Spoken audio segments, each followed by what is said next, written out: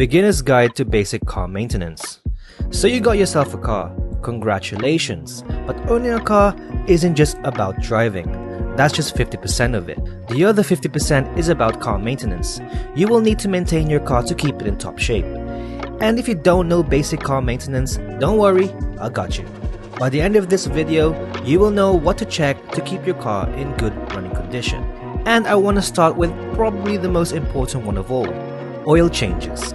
So I was watching this video on YouTube and I was shocked that a lot of drivers don't even check their oil. Well, when was the last time you checked the oil in your car? Never done it.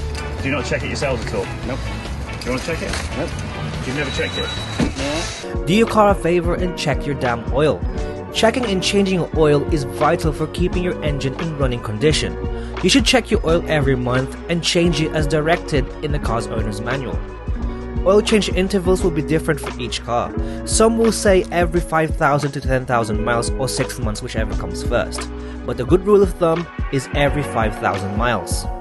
You can do this yourself or you can take it to a service center. It's fairly easy to do. You just need to know the steps to drain the oil out, set the correct oil level, and dispose of the old oil. You can't just throw it anywhere. There are also different types of oil: synthetic oil, non-synthetic, synthetic blends, etc, etc. You will need to know the type of oil that is best for your car. It should say in your owner's manual what type of oil is recommended by the manufacturer. You should always check your oil levels too by using the dipstick or in some modern cars an electronic gauge. If the oil looks really dark, black, or has a muddy texture, my friend, it's time for an oil change. Washer fluid and coolant. Cars have different fluids and you can pretty much manually check them yourself. The easiest is the washer fluid. Here is a picture so you know what the washer fluid reservoir looks like. This can run out pretty quick in winter, but the good thing is it's easy to refill when running low. Another important fluid you should be keeping an eye on is a coolant or antifreeze. Coolant is what protects your engine from overheating. To check if you have enough coolant, open your radiator cap. You should see the coolant inside of the radiator. Do not open this cap when your engine is still hot because coolant will splash out of the radiator and burn your hand. Always make sure your engine has cooled down. I cannot stress that enough. If you're running low on coolant, it is important you top it up or else your car could start to overheat. You can also check the coolant reservoir to see if you have enough coolant. If not, top it up to the full mark line and you're ready to go.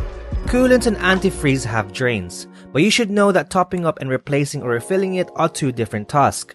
If you find yourself low on coolant because of a leak or something else, topping up is an easy job, but flushing it or draining it would require more work. If you don't know how to do it properly, you're better off taking your car to a certified mechanic or service center. Not doing this properly could cause an overheating problem. Battery. Does your car not start? Are your headlights or interior lights more dim than usual? Does your car die sitting overnight? If so, you might have a battery problem. A healthy battery is important for running a healthy car. Checking your battery is fairly straightforward. Using a multimeter will help you check your battery's condition. If you don't know how to use it properly, again, taking it to a service center will be beneficial because you don't want to be left stranded in the middle of nowhere. Serpentine belt and hoses.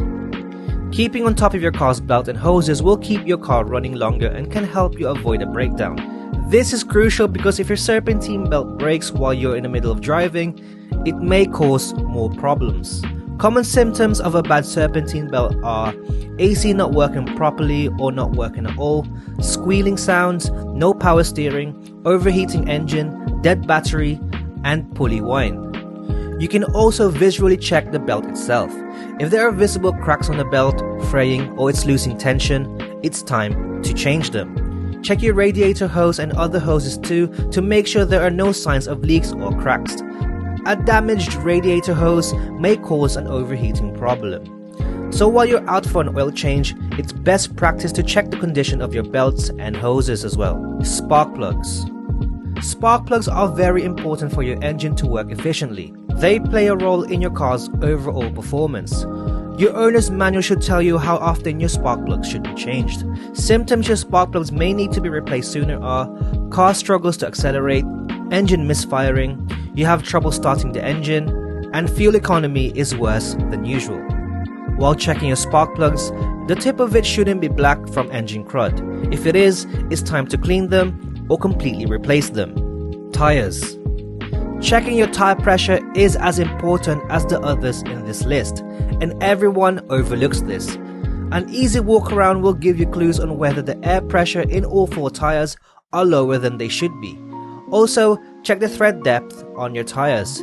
If they're too worn out, then it's time to change them. Tire tread helps with your car's grip on the road, so it's vital you check them as well, for safety of course. Air and cabin filters. Your car has 2 filters that you shouldn't ignore because they keep your engine protected and keep the air quality in the cabin clean. The engine filter, which is located in the engine attached to the intake manifold, keeps dirt, debris and other contaminants from getting into the engine.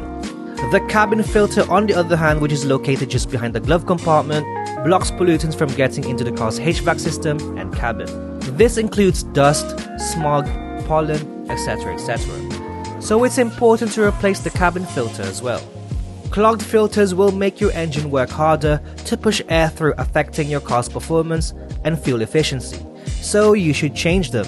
The change intervals for filters will be different for every vehicle, so you should check your owner's manual, but a good rule of thumb is every 12,000 miles to 15,000 miles for air filters, and for cabin filters, every 15,000 miles to 30,000 miles. There you have it guys, a simple beginner's guide to basic car maintenance. These tips are essential to any car, especially to older JDM cars. So if you're looking for a JDM car to buy that hasn't skyrocketed in value yet, this video will help you with your buying decision. And with that, thanks for watching and I'll see you on that video.